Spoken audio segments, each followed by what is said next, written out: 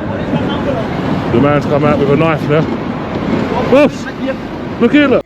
நேயர்களுக்கு அஸ்ஸலாமு அலைக்கும் வரஹ்மத்துல்லாஹி வபரகாத்தஹு.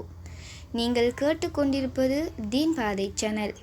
சப்ஸ்கிரைப் செய்யாதவர்கள் சப்ஸ்கிரைப் செய்து கொள்ளுங்கள். சமூக ஊடகங்களில் பெரிதும் வைரலாகி வரக்கூடிய காணொளி ஒன்றைத்தான் நீங்கள் பார்த்து கொண்டிருக்கின்றீர்கள். உலகம் முழுவதும் இஸ்லாத்திற்கு எதிரான செயற்பாடுகள் ஆங்காங்கே அரங்கேற்றப்பட்டாலும் உலகில் வேகமாக வளரும் மார்க்கமாக முன்னிலை வகிப்பது இஸ்லாமேயாகும். அல்ஹம்துலில்லாஹ்.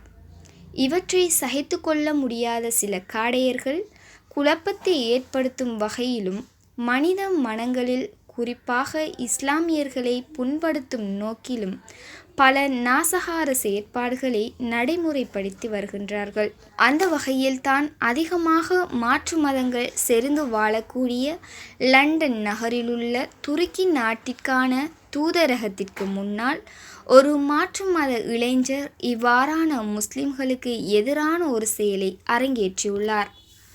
அதாவது, முஸ்லிம்களாகிய நாம் பெரிதும் போற்றி மதிக்கக்கூடிய புனித அல் குர்ஆனை எரித்து இஸ்லாத்திற்கு எதிரான கோஷங்களையும் எழுப்பியுள்ளார். இவற்றையெல்லாம் பார்த்து கொண்டிருந்த அந்த இளைஞனை விடவும் வயதான ஒருவர் அவனிடம் இருந்து குர்ஆனை மீட்டதுடன் தனது ஆதங்கங்களையும் தைரியமாக வெளிப்படுத்தியுள்ளார்.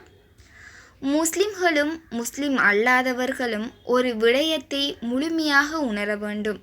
இஸ்லாமிய வரலாறுகளில் இஸ்லாத்திற்கு எதிராக செயற்பட்டவர்கள் இறுதியில் இஸ்லாத்தை ஏற்று இஸ்லாத்தை வளர்க்க பாடுபட்டவர்களாகவே இருக்கின்றார்கள்.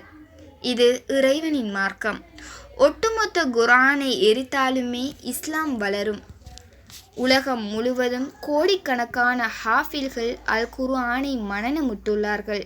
இப்படி இருக்கும்போது எப்படி அவர்களால் ஒட்டுமொத்த குர்ஆனையும் அழிக்க முடியும்?